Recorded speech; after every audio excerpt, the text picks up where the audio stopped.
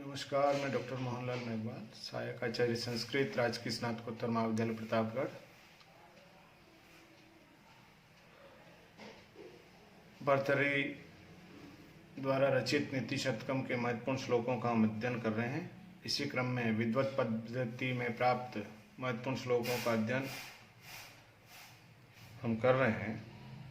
अधिगत परमार्थान पंडितान माम अवस्था तृणम इव लघु लक्ष्मी न एव तान संरुणद्धि अभिनव मद लेखा श्याम गंड स्थलानाम न भवति विस्तंतु वारणम वारणानाम। भर्तृहरि विद्वानों का सम्मान करने के लिए कहते हैं और इसी तथ्य को स्पष्ट करते हुए कहते हैं कि तत्ववेता पंडितों को लक्ष्मी वशीभूत नहीं कर सकती। कहते हैं अधिगत परमार्थान पंडितान माम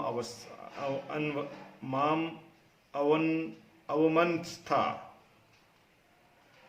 परमार्थ तत्व को समझे हुए, अधिगत परमार्थान परमार्थ तत्व को समझे हुए, पंडितान मां अवमनस्था पंडितों का या विद्वानों का मां अवमनस्था तिरस्कार मत करो। हे राजाओं, परमार्थ तत्व को समझे हुए विद्वानों का तिरस्कार मत करो। लघु तृणम इव लक्ष्मी न एव तान संरुणद्धि। लघु तृणम इव लक्ष्मी, तुच्छ तृण के समान लक्ष्मी, तान न एव संरुणद्धि, उन्हें रोक नहीं सकती। लक्ष्मी भी उनके लिए तृण के समान है, तृण के समान लक्ष्मी उनको रोक नहीं सकती। जैसे अभिनव मद लेखा श्याम गंड स्थलानाम, अभिनव मद लेखा से श्याम कपोलों वाले हाथियों को विषतंतु वारणम न भवती, कमल नाल का रेशा रोकने वाला नहीं हो सकता। कवि राजाओं को कह रहे हैं कि हे राजाओं, हे नृपों, अधिगत परमार्थान परमार्थ तत्व को समझे हुए पंडितों का, विद्वानों का मां अवमनस्था उनका अपमान मत करो, उनका तिरस्कार मत करो।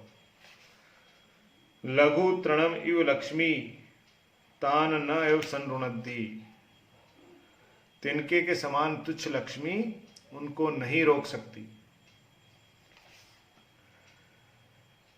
अभिनव मद लेखा श्याम गंड स्थलानाम वारणानाम विषतंतु वारणम न भवती। अभिनव मद लेखा से श्याम गंड स्थल वाले हाथियों को कमल नाल का तंतु रोकने में समर्थ नहीं हो सकता है। जो मदमस्त हाथी है, अगर वो अपने मद पे आ जाए, अपने जोश में है, तो ऐसे हाथियों को कमल नाल का तंतु नहीं रोक सकता। वैसे ही विद्वानों को लघु लक्ष्मी नहीं रोक सकती। वो लक्ष्मी के वशीभूत होकर के कार्य नहीं करने वाले हैं।